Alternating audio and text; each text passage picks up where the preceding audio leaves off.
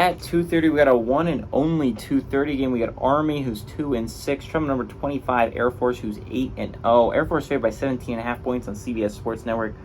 Bryson Daly for Army has gone 45-90, thrown for 740 yards, 6 touchdowns, 6 interceptions. He also leads his team on the ground with 111 carries for 470 yards. Isaiah Alston's also had 9 catches for 266 yards and 2 touchdowns. Zach Larrier for the Falcons has gone 28-40, thrown for 651 yards, 6 touchdowns, 0 interceptions, and I believe Air Force is the only team in college football, round of applause, to have yet to throw an interception. Penn State is no longer one of those teams, with Drew Aller throwing a big one last week against Indiana.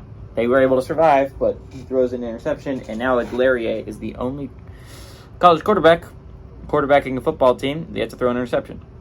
Emmanuel Mitchell on the ground has had 155 carries for 696 yards and 9 touchdowns, and Jared Rosnos has had 10 catches for 313 yards and 2 touchdowns. Air Force 38-18 against Army all time. Last game went to Air Force in 22-22, but Army has won 4 of the last 6 times these teams have played.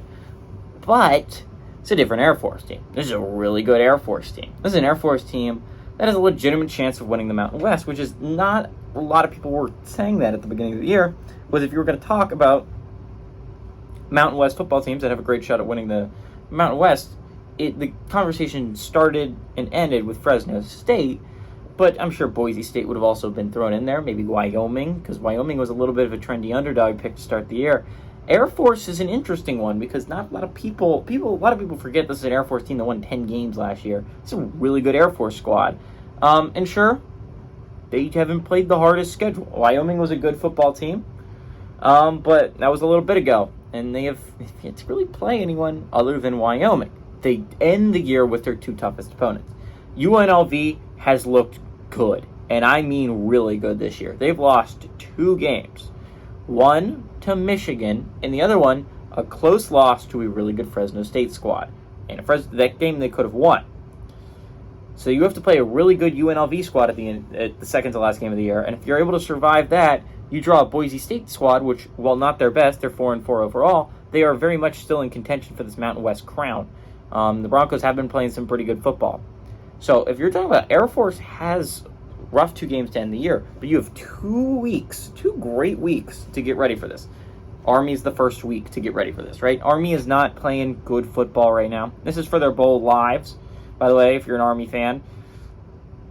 Traveling number 25 Air Force, it's going to be a rough game for you. I just don't see it going very well. Air Force is playing some tremendous football on the ground. Again, if you haven't watched an Air Force game, they really play unique football, and they run the option so well and so uniquely. It's a real treat to watch. I'd recommend tuning in if you have time at 2:30. If you're in between games, you just watch the end of some good football games, and the 3:30 games have yet to start, switch over to CBS Sports Network for a couple of minutes and watch Air Force run this offense. It's a treat to watch. Give me Air Force to win and cover at home.